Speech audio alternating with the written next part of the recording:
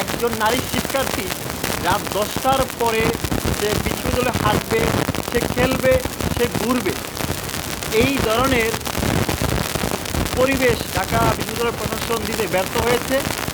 তারা ব্যর্থ প্রশাসন, সেই রকম নিয়ম আমাদের নারী হলগুলোতে রয়েছে। কেন্দ্রীয় জেলগুলোতে দেখবেন যে আত্মীয় স্বজন, পরিবারবর্গ তারা জাতীয় পরিচয়পত্র সেখানে দিয়ে তারা তাদের যে আত্মীয় রয়েছে জেলখানায় তারা সাক্ষাৎ করে থাকে। সেখানেও এত ধরনের কড়াকড়ি নিয়ম নেই। আমার মনে হয় ঢাকা বিশ্ববিদ্যালয় প্রশাসন সেই কেন্দ্রীয় জেলখানা থেকে সেই নিয়মগুলো দাঁড় করে এনে তারা তাদের যে ব্যর্থতা তারা সেটা ডেকে রাখছে। ঢাকা বিশ্ববিদ্যালয়ে একজন নারী শিক্ষার্থী রাত 10টার পরে সে বিশ্ববিদ্যালয়ে হাঁটবে, সে খেলবে, সে ঘুরবে, এই ধরনের পরিবেশ ঢাকা বিশ্ববিদ্যালয় প্রশাসন দিতে ব্যর্থ হয়েছে।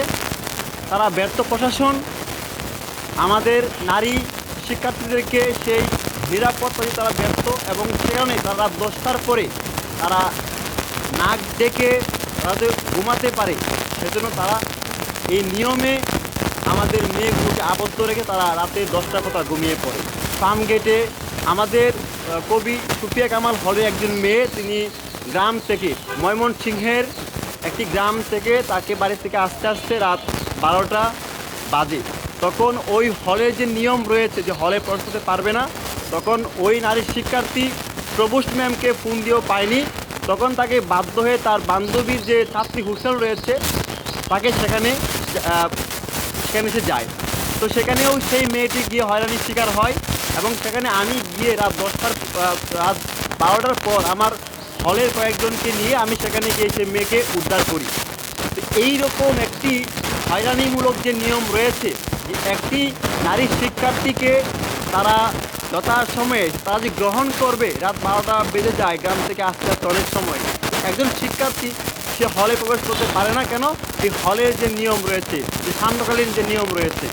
আমরা দাবি জানাবো অতি দ্রুত বিশ্ববিদ্যালয় প্রশাসন এই দাবিগুলোকে গুরুত্ব সহকারে তারা আমলে নিয়ে তারা সেই নিয়মগুলোকে তারা বাতিল করে মেয়েরা যে নিয়মগুলো যে দাবিগুলো তারা জানিয়েছে সেগুলোকে তারা মেনে নেবে।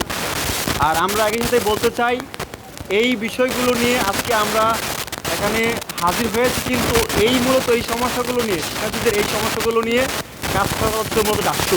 তো আমরা ডাকসুকে শিক্ষার্থীদের পাশে পাইনি, এটা আসলে ডাকসুর একটি ব্যর্থতা, সেই সাথে ঢাকা বিশ্ববিদ্যালয় প্রশাসনের ব্যর্থতা। আমরা দাবি জানাই অতি সত্বর সেই দাবিগুলোকে অ্যাড্রেস করে ব্যবস্থা করা নিবে।